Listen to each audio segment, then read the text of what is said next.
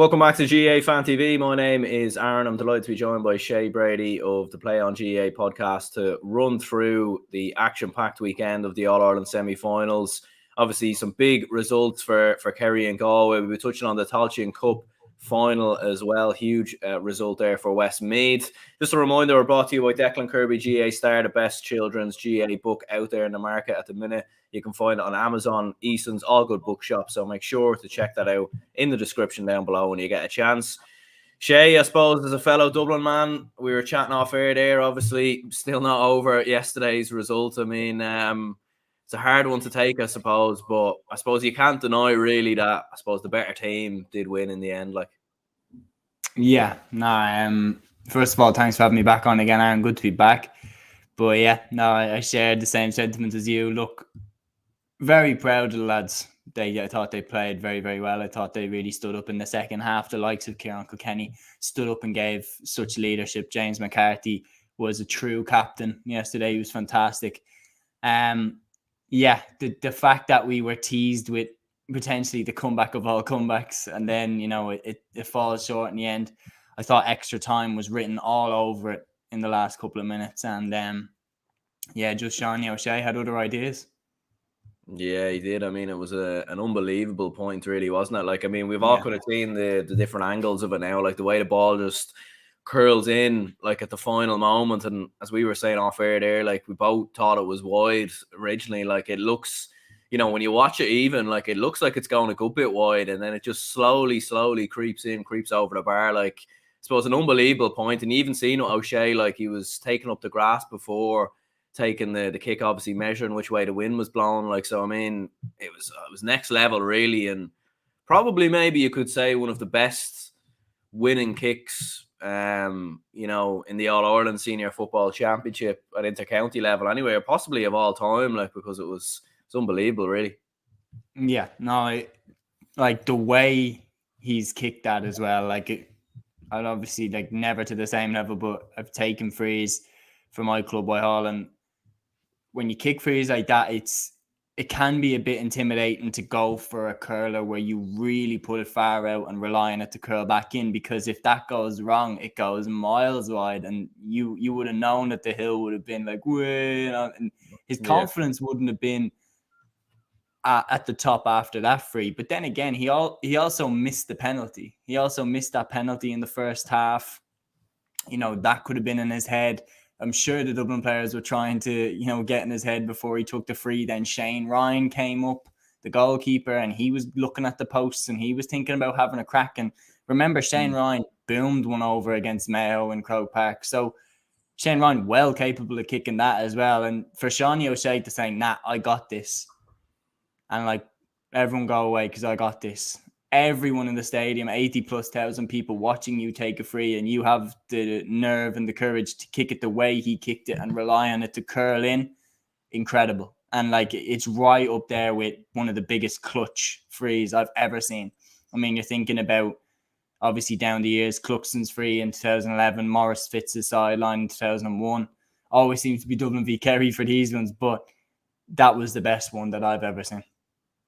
Yeah, I mean, it was next level. It really, really was. And I suppose, it was 114, 113, obviously in favour of Kerry. I suppose, in terms of Kerry's first half performance, and performance in general, really, focusing in on them, I suppose, first of all, I don't think they didn't hit, they only hit one wide up until, once Costello got the goal, Kerry were rattled for about probably 5 to 10 minutes, and they hit a couple of wides after that. But the accuracy in front of goal, Clifford, exceptional. O'Shea, very good as well. Paddy Clifford getting himself a couple of points.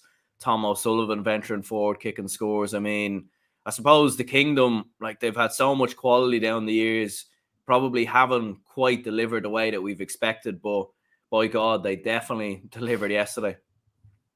Oh, yeah. They were hitting everything yesterday. And even the one that Clifford missed, he hit the post and it fell down to Gavin White, who was then fell for the penalty.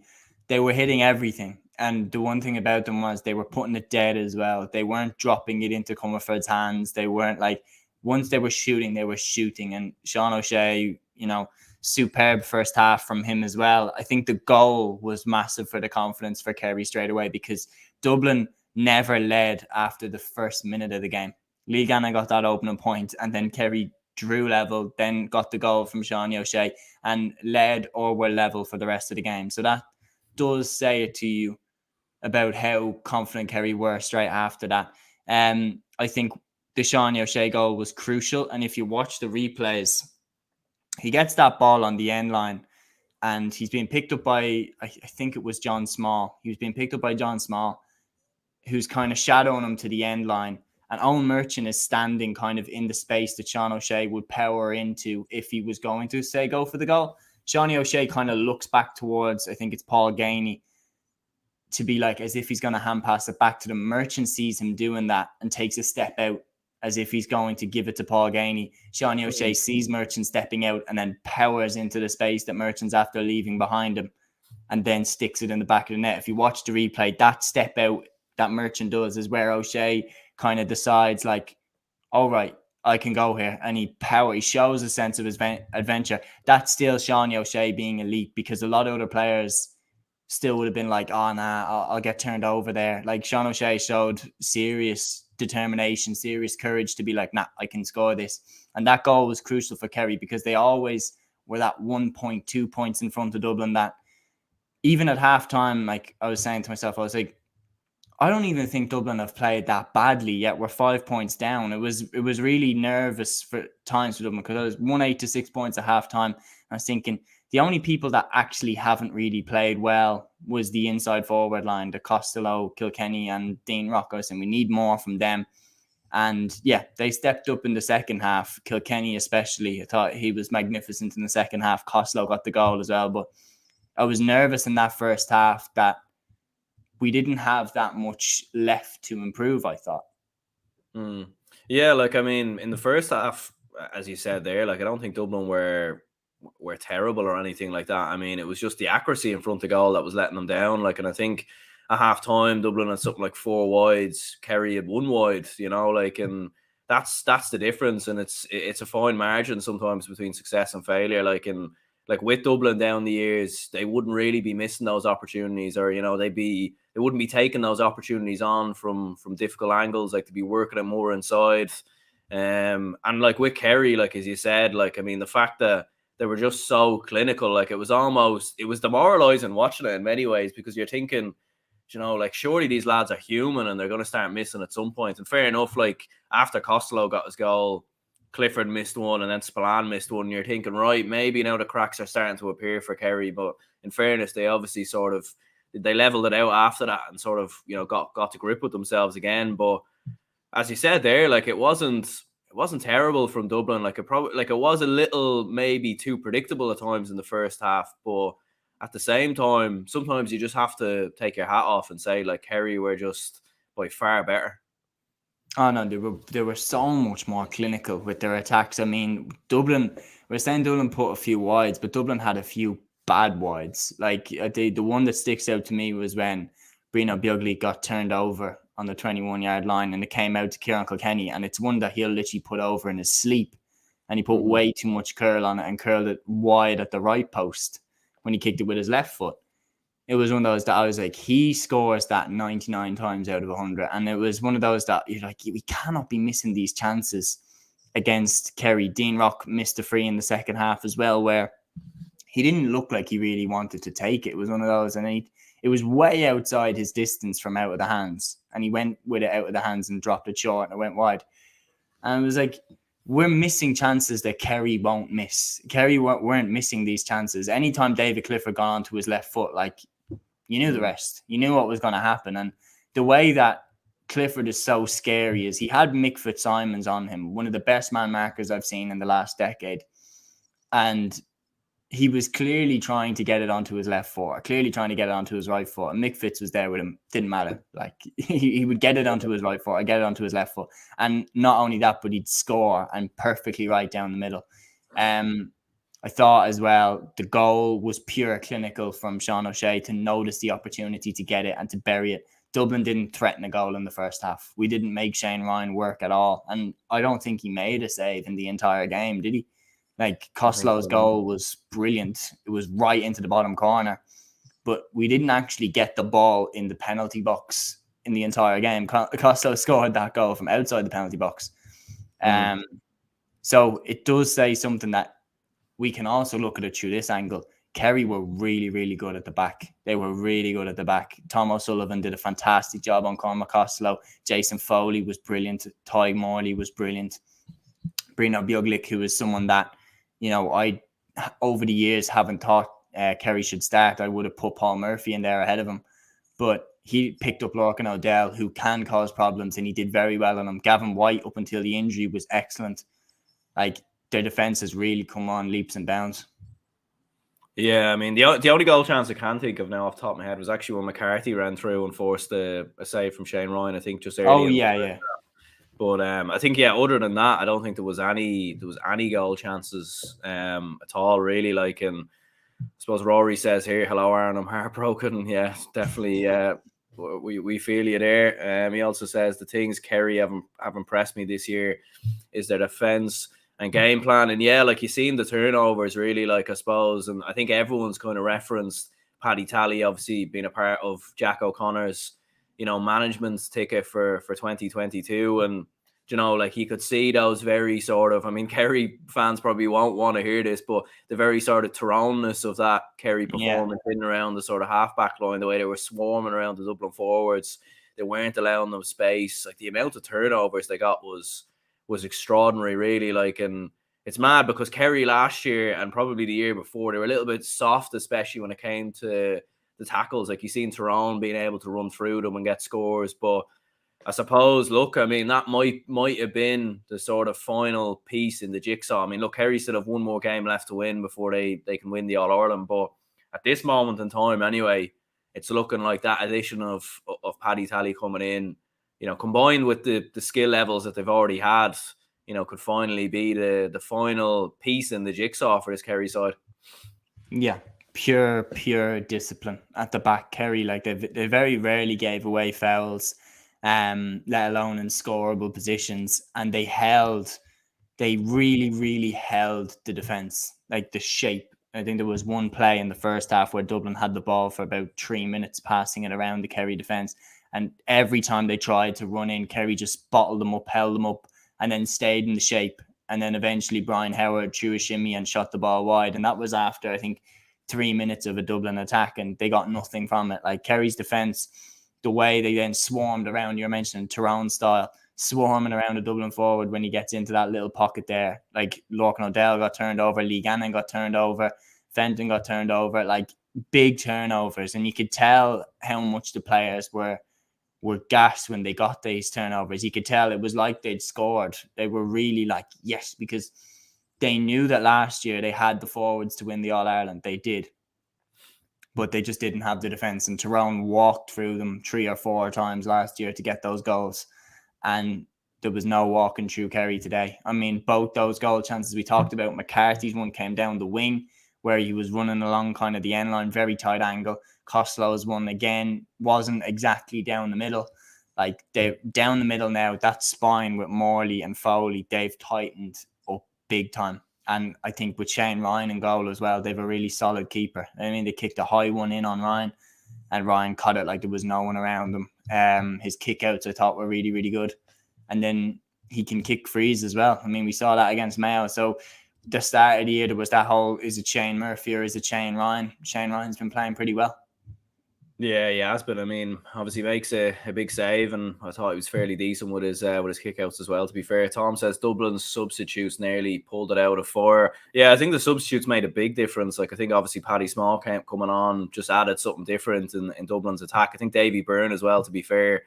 Defensively, like, I think Dublin started to just win a few more turnovers, win a few more breaking balls sort of in the defensive line, and you could see, like, Kerry were struggling to sort of, it wasn't as easy for them to break through in the second half as it was in the first anyway, I felt. And I think Davy Byrne made a big difference in that. But I suppose from a Dublin perspective, as we were saying, like, I mean, first half, wasn't too bad, but I suppose, again, maybe defensively, probably just a little bit wide open. Like, even the first score Kerry got as well, where, like, O'Shea's in acres of space to run into. Like, I suppose from a Dublin perspective, it was quite wide open, and it's a shame really, because in the second half, I felt like we started to get a lot more grips with their forwards, even with O'Shea, with Clifford, and some of their substitutes as well. I thought we started winning 1v1 battles, but in the first half, like the defense really was nowhere to be seen at all. Like, so I suppose it's a bit disappointing that we couldn't start with that energy that we had in the second half, because not saying we would have won the game, maybe we wouldn't have. I mean, Kerry were unbelievable in the first half. Like, it mightn't have made a difference at all. But I suppose at the same time, I suppose it's something to work on going into next year, I guess. Yeah, like, because apart from the penalty miss, all the big moments kind of went Kerry's way. I'm not saying it's like the black card was to John Small. Like, you wonder if John Small hadn't have been black carded. But speaking of that, on a side note, that rule is ridiculous. That rule is absolutely ridiculous. The way that the penalty happens and there's a stoppage for 4 minutes, and John Small's black card just ticks on and he comes back. Like, realistically, John Small missed about 5 minutes of actual play time. What's the point of that? Like, every team does that. Let's not, kid ourselves here. Every single team, whenever their player gets black carded, oh, I've cramp. Oh, my laces are untied. Oh, my contact lens came out. Like, and they slow down the game until their player can come back on after 10 minutes. It's a joke that the GAA didn't think, maybe we should kind of have a clock that stops so they are off for 10 minutes. Like, because it doesn't really bother teams if they'll be missing for 4 minutes, 5 minutes. But yeah, John Small being blackcarded was big because I thought he was playing pretty well. I thought he was doing okay on Seanie O'Shea. Seanie O'Shea is an amazing player, so you can only limit him to so much. Then big moments as well, like Dublin missing that goal chance from McCarthy, just missing key scores. And we're talking about how well Kerry played. They only won by a point. I mean, you see Conor O'Callaghan didn't play, no Paul Mannion this year, no Jack McCaffrey this year. I think those three lads are the difference, and I genuinely, like, having seen how close we came without them, I wonder if we would have won if we had them. Yeah, I mean, it is a great point. Like, I think especially with Con in that full forward line, I think, like, he's that focal point that, like, Dublin could kick into, like, and he's perfect sort of, because he takes up a man marker and he just causes, like, I'd imagine it probably would have been Jason Foley maybe on him, and like, he just takes up that extra bit of space, probably frees up Costello a little bit more, maybe frees up Dean Rock a little bit more. Like, I just, like, Dean Rock, in fairness, like, I just don't think he has that same, like, he's in his mid-30s now at this stage. Like, I just don't know if he has the same pace and energy sort of to be playing in that kind of role at this stage. Like, but I think he didn't score from play, Aaron, like this. Yeah. You know what I mean? Like, he's exceptional footballer, but I don't know, like, if he's got the pace really to be playing in that position. I would have liked to see him maybe drop into the half forward line, maybe, just because he's a player who can kick from distance. Like, but I feel like leaving him in that full forward line just wasn't, like, there was no use for him really in there, because there was no way he was going to win over, like, an energized Foley, like, Yeah, like, Rock's game completely and always has been based off coming off the shoulder at the right time and looping balls over the bar. That's always been his way, and Kerry locked that down. That wasn't going to happen. So there's no reason to be shocked that Dean Rock didn't score from play. Kerry's system is designed to not allow players to get on the ball in the D, which is the best place to shoot. That's what Dean Rock's game is built around. And I genuinely am amazed at how good he is at it. There's no player that I've seen that is better at coming off the shoulder at the right time to take a shot than Dean Rock. He's built a career off the back of it. And that's not to be disrespectful to everything else in his game. He is a fantastic footballer, but I think that is his best attribute, is his timing and his finishing. But in this game, Kerry had the D and that whole shooting area. They had that locked off, and no one was really getting shots off inside that area. Dublin took a few shots from outside the D, like Brian Howard nailed one and missed one as well. But, like, inside that area, Dublin weren't getting any shots away. And that's why in the first half, Kilkenny, Costello and Rock, they were shut down from play, really, and they didn't really get on the ball that much. And Dublin were very reliant on scores coming from the likes of Brian Howard and out elsewhere in the midfield. In the second half, yes, there was more kind of there was more of a looseness to the defence, which is why I do genuinely question, should Rock have played in the half forward line so he could maybe kick from distance, or should he have come on when Paddy Small came on? Should Paddy Small have started and then maybe bring Dean Rock in later on when maybe there is more gaps and maybe there is Kerry are a bit looser around the D and Dean Rock can shoot and he's fresh and his legs are fresh? Because that free that he took, it didn't have the legs. It dropped short. So you're thinking, was he a bit leggy? Was he not at the pace of it? All these little things come into your head when you say that Dublin were that 1% short. Because I still think Kerry probably were a little bit more fresher going into a potential extra time. Yeah, I think so as well. I think, even if it had gone to extra time, I think most people would have fancied Kerry probably still to come through. They had the legs on the bench and they probably still had a couple of options maybe who could come on and make the difference. And as you said there as well, I don't, with Rock, it wasn't like he was missing chances or anything like that. He just wasn't getting the chances, and as you said there, at least when he's in a corner forward, when he's sort of peeling off his marker, that's where he can do damage. But in a full forward, probably just no real spape for him to you work can't with. Come off the shoulder or anything at full forward. You're in the middle. Yeah. I don't know. That's he can't come off the shoulder of anyone. When he was corner forward, he'd pair up really well with Conor O'Callaghan or Paddy Andrews. He'd wait for them to get it, then he'd come off the shoulder and swing it over the bar. And he's one of the best in the business of doing that. When he's full forward, it's a totally different game. If you want to take the shot, you have to catch it, take on your man, and then score. And he didn't have the pace to get by Jason Foley. So, it was going to be a lot more difficult. It's exactly what you said. It's not that he missed, it's that he just wasn't given the chances. Yeah, I suppose the penalty was obviously interesting from a Kerry perspective and from a Dublin perspective. It obviously caused a lot of debate, as you were saying there. I suppose, Evan Comerford laying on the ground, obviously for a lot of minutes of time. Think a bit of mind game for the penalty kick taker, and then obviously wasting time for John Small to obviously come back on the field. Probably not the best penalty in the end from Sean O'Shea, but obviously in the follow-up you've seen, he's obviously entitled to go for it there. But I have seen online plenty of people, Dublin fans, and I'd imagine most Dublin fans, because I don't think any neutrals really want to give us too much credit, but I suppose Dublin fans saying that it was a red card for the follow-through. But what's your thoughts on that? No chance that was a red card. Come on, the ball was there to be hit, and Sean O'Shea hit it. And if he didn't hit it, everyone around the country be saying, why did he pull out of hitting the rebound? You're a goalkeeper. Your job is to get in the firing line pretty much. And look, it's unfortunate that it followed through and hit him in the face, but the ball was there to be hit. What's he going to do? Not hit it? Obviously, looking back with hindsight, he might have been better off trying to chip it over Comerford, because Comerford was on the ground. If he did a little Panenka over Comerford when he was on the ground, it actually probably would have gone into the net. I think, look, the adrenaline, the roar of Croke Park, I'm going to go in and lash this, but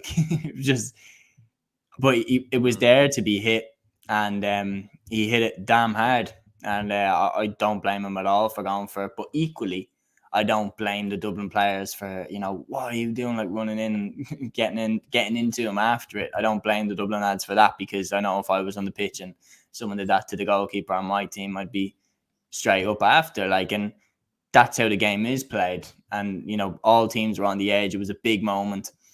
But Sean O'Shea was very much entitled to go for that ball as hard as he did. And it's unfortunate that it hit Comerford in the face, but no red card for me.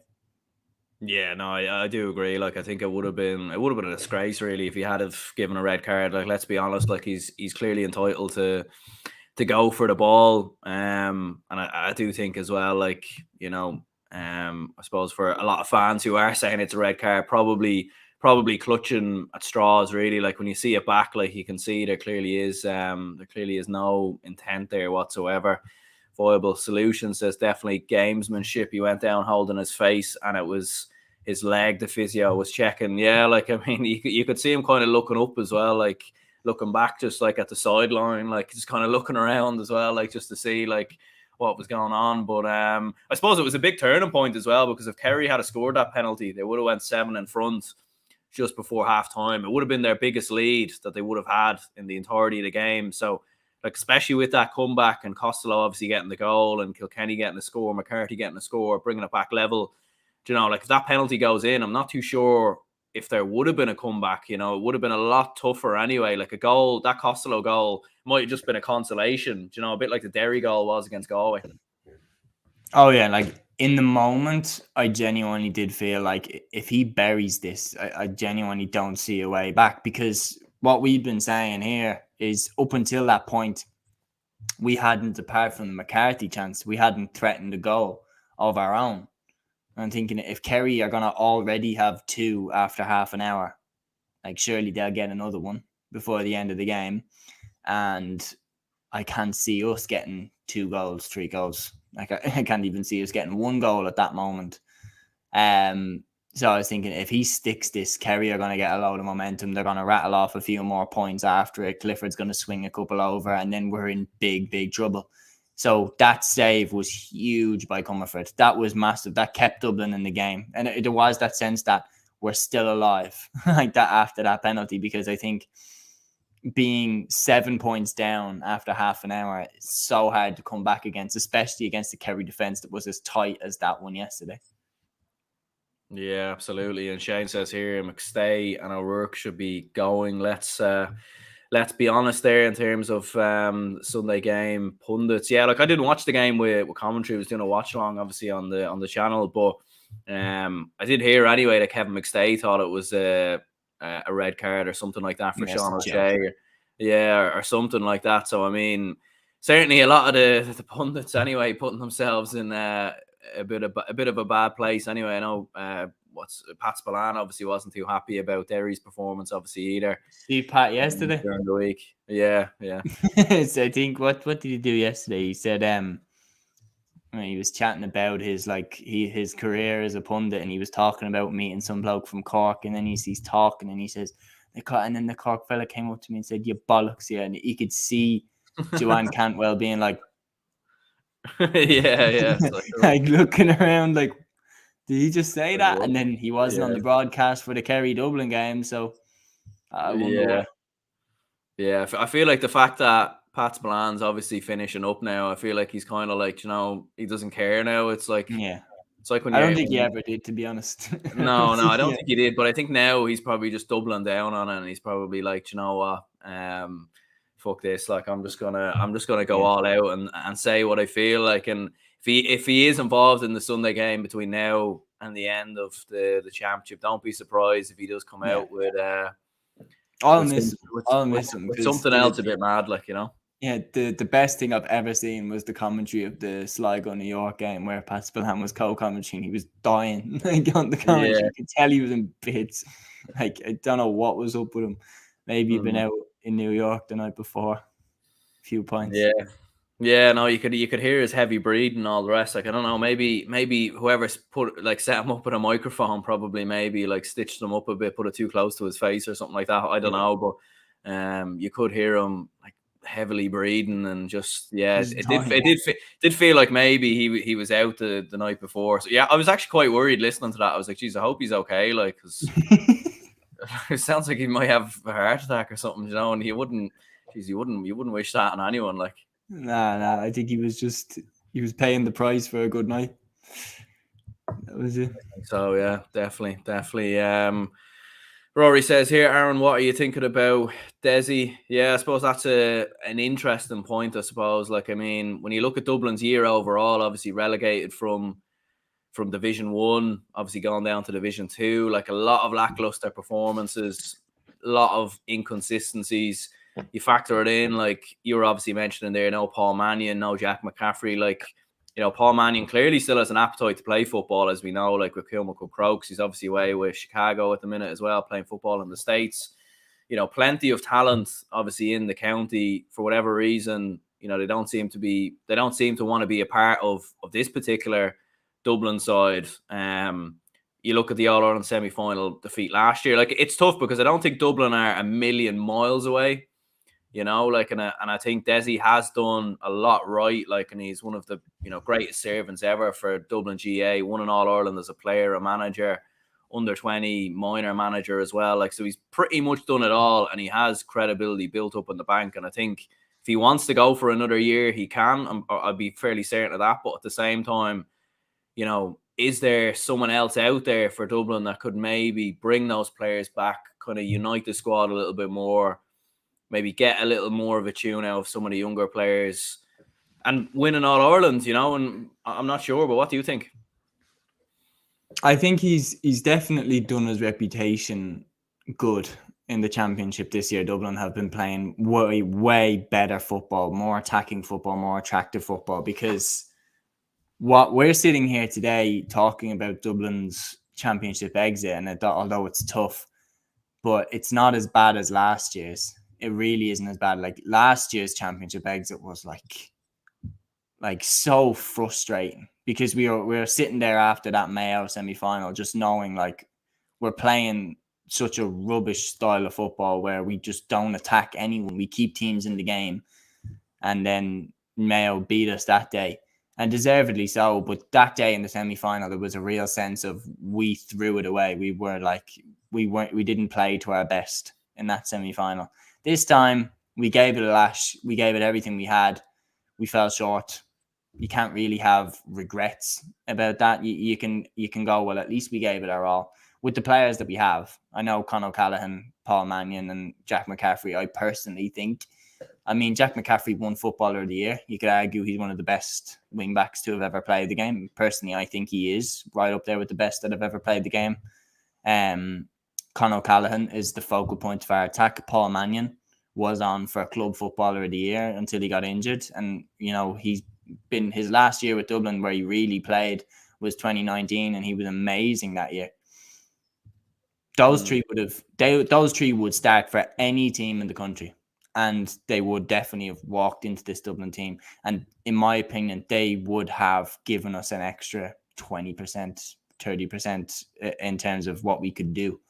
And you could argue we might have got the job done. Every game is a different game. And remember that when we had Mannion, McCaffrey and O'Callaghan, we did draw with Kerry in that first final in 2019. And that was a Kerry team that aren't as mature as they are now. So maybe Kerry just would have stepped up their game. Maybe Jason Foley takes Con O'Callaghan out of the game. But I think Dublin are a way better team with those three lads than without them. Yeah, I think so as well. Rory says it's Desi the reason why McCaffrey, Mannion left, and Connolly.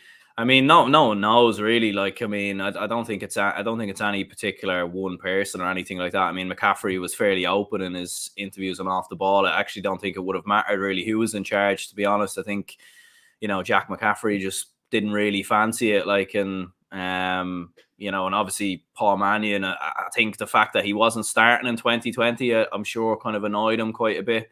You know, he only came off the bench, made a bit of a cameo appearance in that All-Ireland final in 2020. And then I suppose with Connolly, we don't really know what the crack is with him. Like, he's barely even been playing for Vincent's the last year. Like, I do know he's back training with them now, but I don't know if he's even playing. Like, so it's hard really to know like what the crack is really. And I suppose we'll obviously have to wait and see. Like, I suppose as well, like there's no outstanding candidate like to come in for Dublin, you know, that way. Like Declan Darcy probably be the main one. I think he was Jim Gavin's right hand man for the last few years. Obviously Jason Sherlock was managing the minors and was there with Jim Gavin in 2018, 2019. Sherlock didn't get along good with the Dublin minors the year that he was in charge of them, though. They got knocked out in the Leinster Championship and didn't even win the Shield. So maybe that is a knock on his ability to get the senior job. But I'd say probably Declan Darcy. If Desi goes, Declan Darcy maybe. You could argue maybe Paddy Christie, DCU manager, you know, would have worked there with a lot of Dublin lads like Sean McMahon, etc., Evan Comerford. But probably if Desi is to go, I think he will stay. I think Desi Farrell will stay, just for the record. But if he goes, I think Declan Darcy will be the first man to come in.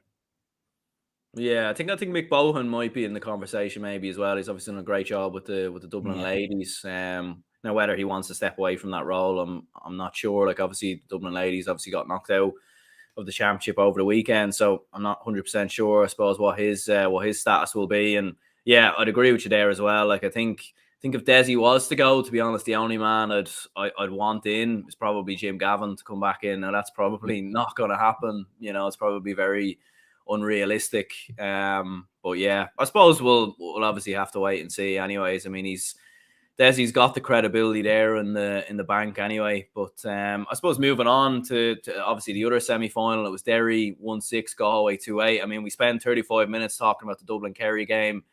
I doubt we're probably going to get the same discussing this one, to be honest, because it really lacked. You know, it's kind of crazy. Like you had one game that was free flowing, brilliant attacking football, entertainment, everything that's good about Gaelic football, and then the other game, Derry Galway, the first game, probably everything that's bad about Gaelic football. Two teams, ultra defensive, mirroring each other, not much scores, not taking players on.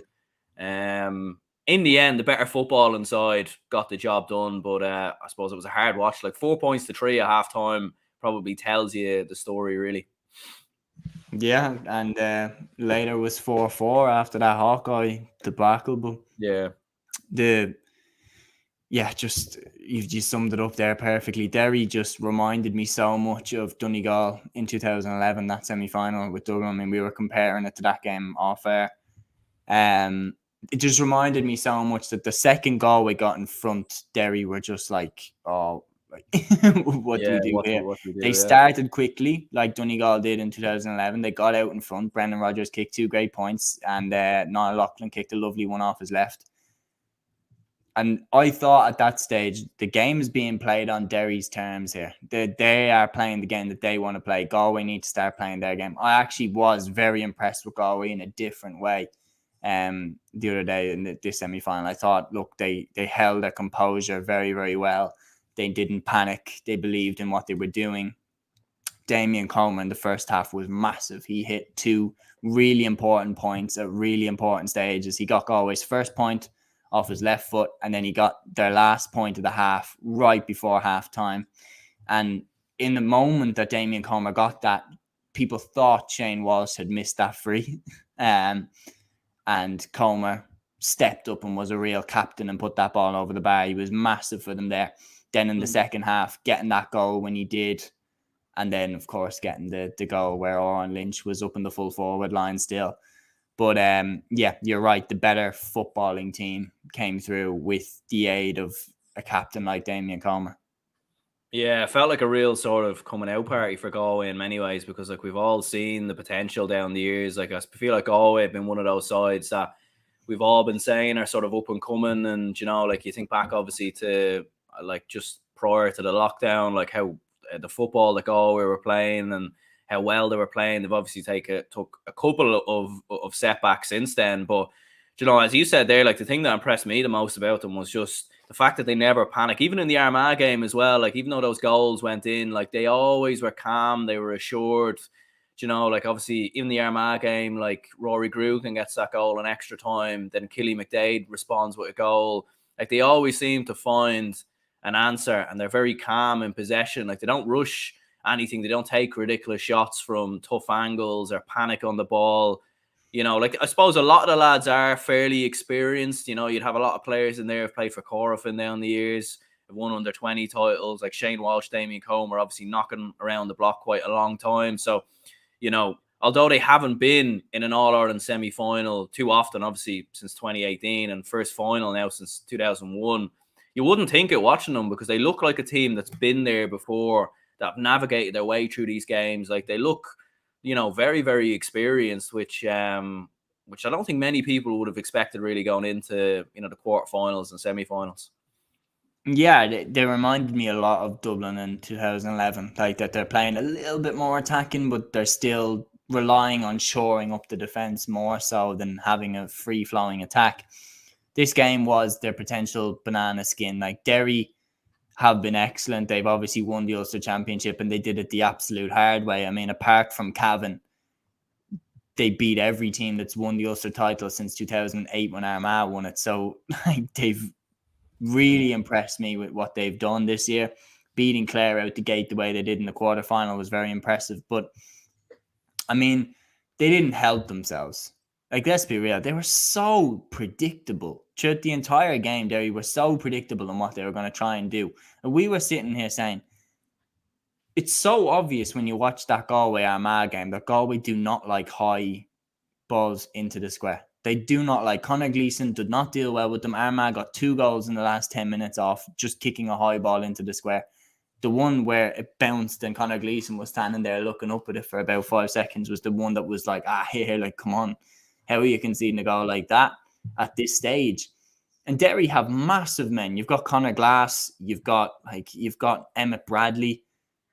Throw someone in there and see what happens, because Armagh got joy out of it. Like, do something different. Like, don't just expect the Galway defence to melt away when Shane McGuigan gets it onto his left foot. It didn't happen.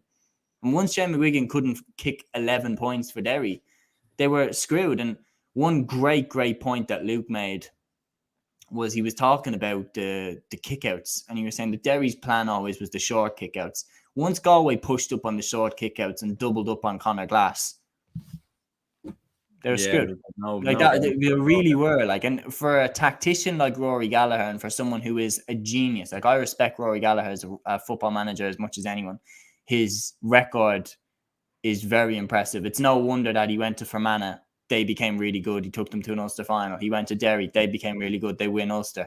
The guy gets results. But for someone who's as smart as him to not have a plan for what to do if Galway crack the kickouts really surprised me.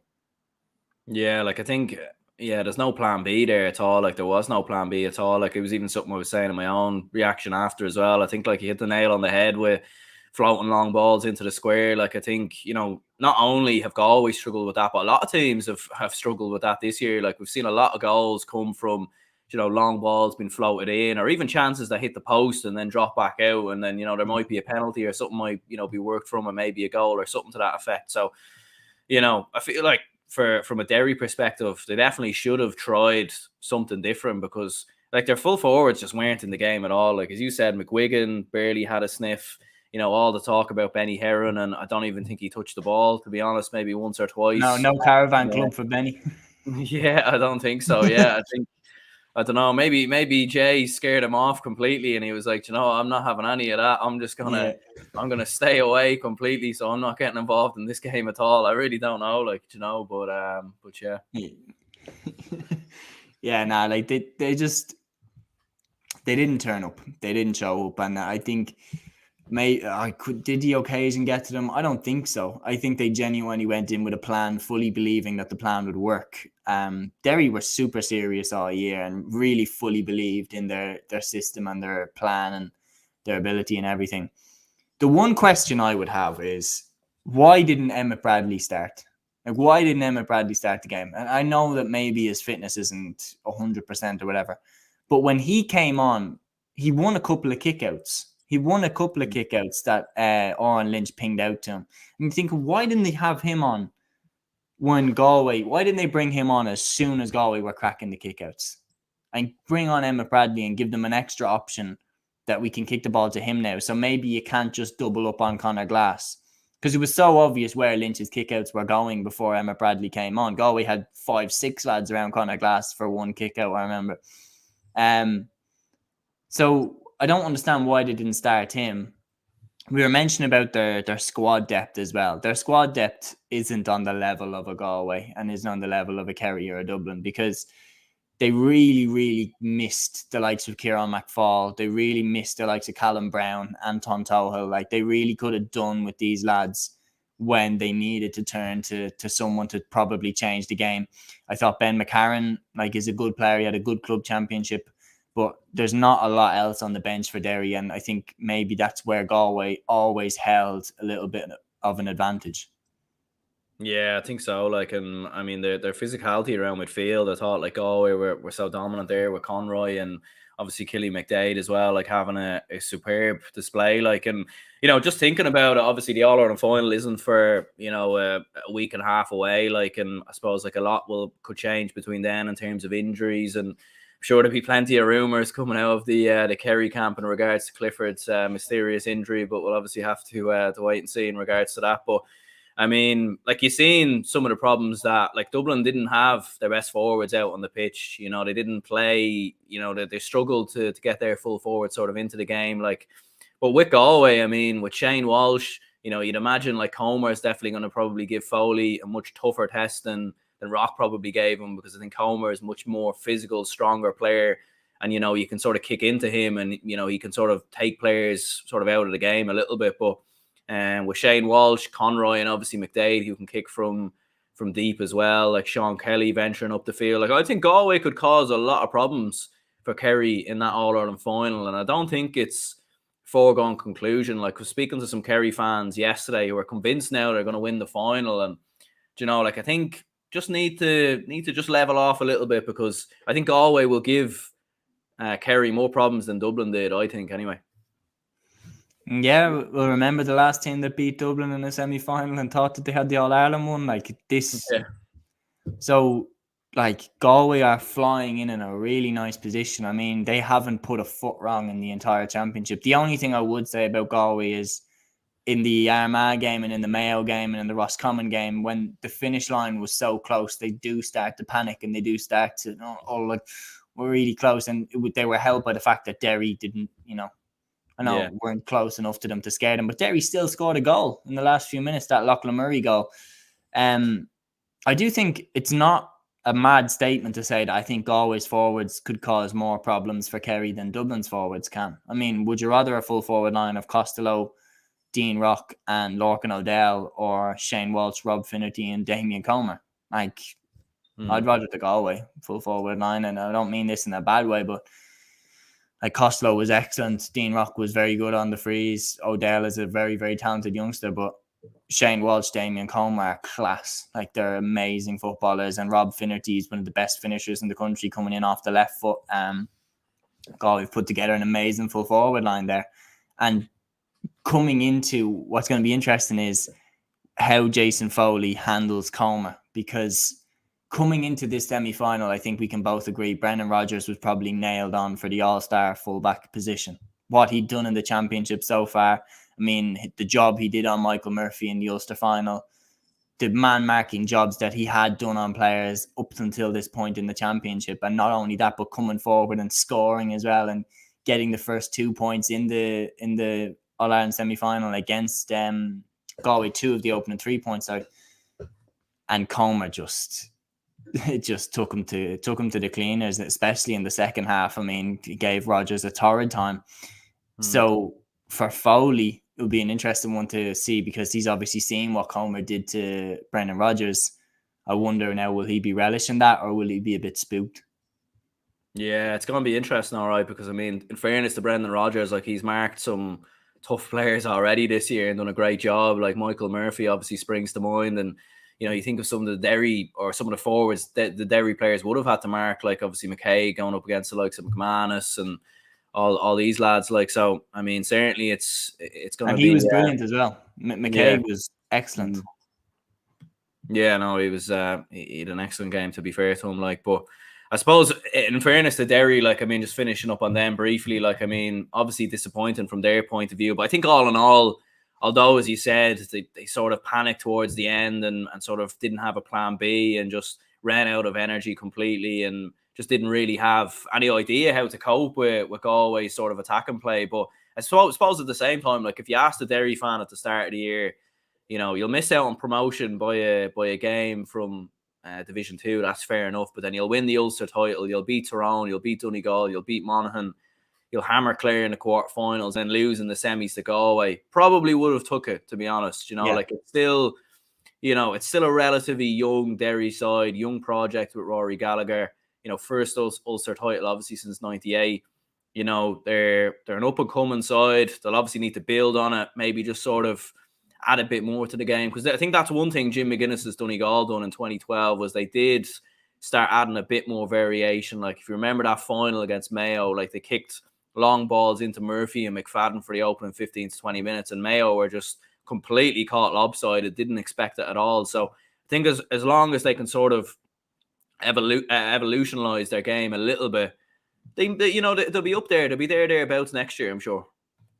Yeah, that's a brilliant example to go to as well, Donegal one, because 2011 he focused on making them hard to beat and making them believe that they were the best team in Ulster and tightening them up at the back. Then 2012 they worked on their attack. They worked on their scoring more, shooting more, putting Michael Murphy in around the square more, and they won the All-Ireland. Now, do I think Derry are going to win the All-Ireland next year? Way too early to call, but I wouldn't put them as my favourites anyway to win the All-Ireland. I do think that they maybe are dark horses, but Kerry, Dublin, among those teams, again, favourites for next year at this stage.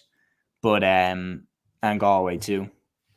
But for Derry, yeah, they have to evolve now into an attacking style. They have to gain this. They have to, because once Galway shut Shane McGuigan down, like, they had nowhere to go. So they're going to have to find more forwards. Like, Lachlan Murray is a serious talent, and he could be, if you're comparing Derry to Donegal, like, Lachlan Murray might be the Paddy McBrearty of this team, like that, the young lad that has some serious potential.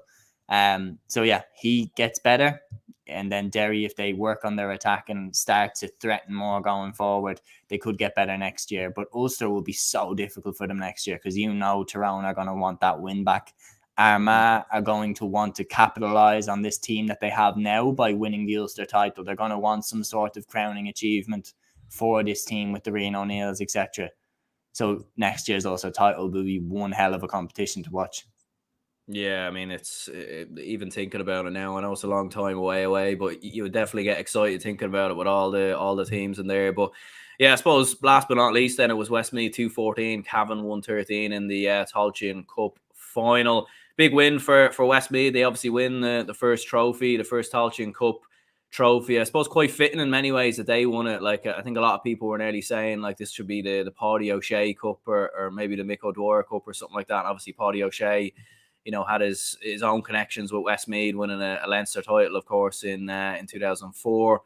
And obviously, you've seen the celebrations as well. Like, obviously, throughout Westmeath and Mullingar and Moat, and like, I have family from Athlone. I don't think they've ventured up to Athlone yet. I don't know if they want to go there, to be honest. But but yeah, like, to be fair, Athlone isn't much of a GAA town, so it's probably why they're not maybe. I mean, they probably will go there eventually, but nonetheless, a big win for Westmeath. Look, very, very good performance, and I suppose deservedly the victors. Yeah, and it was a weird one because, I mean, I'll hold my hands up. I said Cavan from the very beginning of the Tailteann Cup, but there's a video early on where me and Luke did our rankings in terms of who we thought top three, and I said Cavan number 1, Westmeath number 2, and Fermanagh number 3. And it just weirdly, I know this sounds weird, but I don't know if you agree with this yourself. The more it got closer to throw-in, the more I was starting to think Westmeath might win this, actually, because I was just thinking Westmeath have a better attack. Like, Westmeath have more goal threats. They've more, like, Paddy Lynch is excellent, don't get me wrong. But when I looked at Cavan's inside forward line, especially when Martin Riley didn't start, I was thinking, like, Westmeath, like, Lorcan Dolan is a goal scorer. Luke Loughlin is very dangerous. And then John Heslin is fantastic. And Ronan O'Toole as well is an amazing footballer. I was thinking, like, there's more threat in that Westmeath forward line. And I'm more basing it off Cavan having the All-Stars and stuff like that. But, it's Pádraig Faulkner back there. It's Conor Moyna, All-Star nominee 2019. I'm thinking, what if they can't hold Ronan O'Toole? What if they can't hold John Heslin? And to be fair, they couldn't hold Ronan O'Toole in that first half. With 4 points from play in the first half, and then he got a 5th in the second half. He was amazing. And while I did say Cavan in my preview, just before the game, I was starting to think, like, Westmeath have more of a dangerous attack than Cavan do. And yeah, that attack proved to be the winning formula for them. I mean, they were excellent around the midfield. I thought Ray Kennellan and Sam Duncan were excellent. Sam McCartan was brilliant. I thought at the back, Kevin Maguire, that block down on Conor Madden at the end was the stuff that, heroes are made of. Like, that block was amazing. He had no regard for himself, threw himself across Conor Madden's boot. And if that ball goes into the back of the net, maybe we are all right. Maybe Cavan do go on to win the Tailteann Cup. So everybody in Westmeath played their part in what was a great day for them. Yeah, I mean, and Ronan O'Toole was exceptional as well. Like, 4 points from play in the first half, 5 in total. I mean, really, really good footballer. Like, he's been a player I've been impressed with last, since I seen him play last year. I think the big thing is always, can he add a bit of end product, because he's very skillful on the ball. Like, you don't know which way he's turning. Kind of reminds me a lot of Daniel Flynn a little bit when he's on the ball, where you don't really know what he's going to do next, and he can. Yeah, he doesn't know either. Like, yeah. Like, and his points, like his highlight reel, is going to be off the charts, because some of his scores are just. You have some players that just make points look better than they are a lot of the time. Yeah. And I feel like Ronan O'Toole is one of those players. Like, and if he can like consistently start delivering output, like, I think he's going to be a serious forward for that Westmeath side. Like, obviously John Heslin, as we know, like, he's top scorer now in Westmeath's championship history, and he's been knocking on the door a long time. But they have a lot of young lads sort of coming through there that could make a big difference for Westmeath next year. And with the Leinster Championship as well, like, I know we're getting a bit ahead of ourselves here, but I think Meath are in a bit of disarray. Like, I think Kildare and Dublin obviously still a bit ahead of Westmeath, and they have a lot of work to do. But look, they'll take confidence going into next year. I mean, fully enough, they're the only Leinster side guaranteed at this moment in time to be in the All-Ireland Football Championship next year, because of the fact that we don't know which side. It's not impossible that Dublin and Kildare get relegated from Division 2, although that would be certainly crazy if it did happen. But look, I mean, plenty of positives for the future for Westmeath. Yeah, no doubt. That's a crazy thing. Imagine if that happened. Like, I think the world would end then. But like, definitely deserve victory. And then you think about the Leinster Championship, like, they weren't that far off Kildare, so like they'll be confident enough going into next year. Obviously, if Kieran Martin can get back to full fitness, we have to mention him as well. That goal, I mean, everything that Kieran Martin has been through in his career, the injuries, the constant injuries, we've always known he's an amazing footballer. For him to come on and to, let's be honest, just power his way through the Cavan defence and bury it in the back of the net, like, massive goal at a massive time. And who it was as well was so significant. And then Jerry Egan as well was another great player to bring on. I think the fact that Westmeath brought on those two players straight after Thomas Galligan had been sent off was massive, I think, because not only did Cavan lose, probably you could argue, their best player, Westmeath bring on two of their best players straight after Galligan is sent off. So it all kind of, lined up for Westmeath to take the game by the scruff of the neck, and they did. And, like, fantastic finish and deserving Tailteann Cup champions, in my opinion. The football they've played throughout has been breathtaking. It's been lovely to watch. That semi-final against Offaly, I thought they were brilliant. And they were brilliant in the final as well. Yeah, and I suppose from a Cavan point of view, I mean, they will be massively disappointed. I mean, let's not forget they were leading by 2 points going into the final 10 minutes. And obviously Thomas Galligan gets that red card, and it sort of just fell apart really from there. They couldn't really manage the game at all. Like, and a few rumours coming out that maybe Mickey Graham's considering stepping down, and maybe there might be a change in management in Cavan. Like, what do you think about that?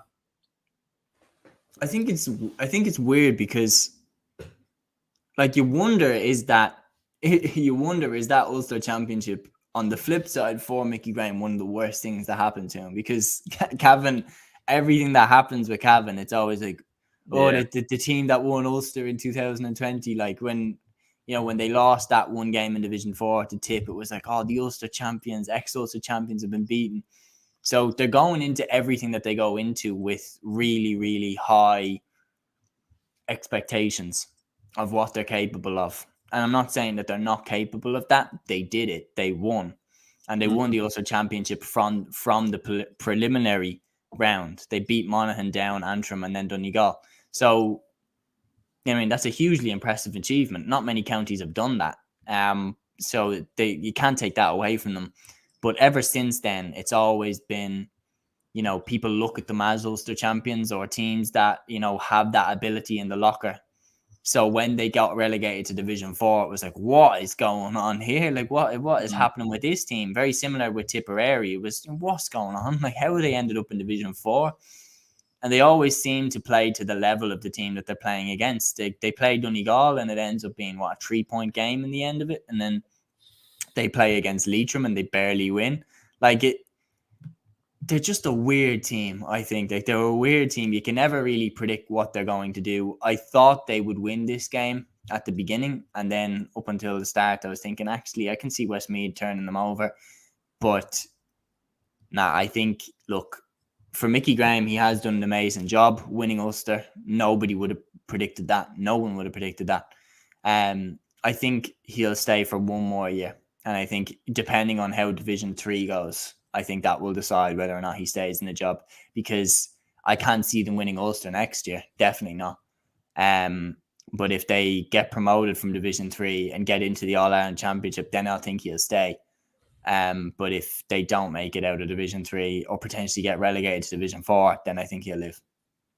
Yeah, I think so as well. Like, I think he's done enough, really, hasn't he, winning an Ulster title? I think it'll be up to him, really. I think, whether he stays or he goes, like, I think he's earned a say, really, in that. And I suppose, like, I don't think Cavan should get too far ahead of themselves either. Like, that Ulster title was their first since 1996 or something like that, like since the mid 1990s. Like, it's not like they're a side that's used to winning major trophies or winning Ulster titles or anything of that nature. So I don't think they should get too far ahead of themselves. But as you said there, like, at the same time, Division 3 next year will be crucial, because I think, with all due respect, I don't think they'll want to be in the Tailteann Cup next year. Like, I think they'll want to be, in Division 2, in the All-Ireland Senior Football Championship. Like, because even when you look at sides like Clare and whatnot, like, I wouldn't see Cavan, like, too far behind them, or possibly even better than them. Like, so they clearly have the potential to,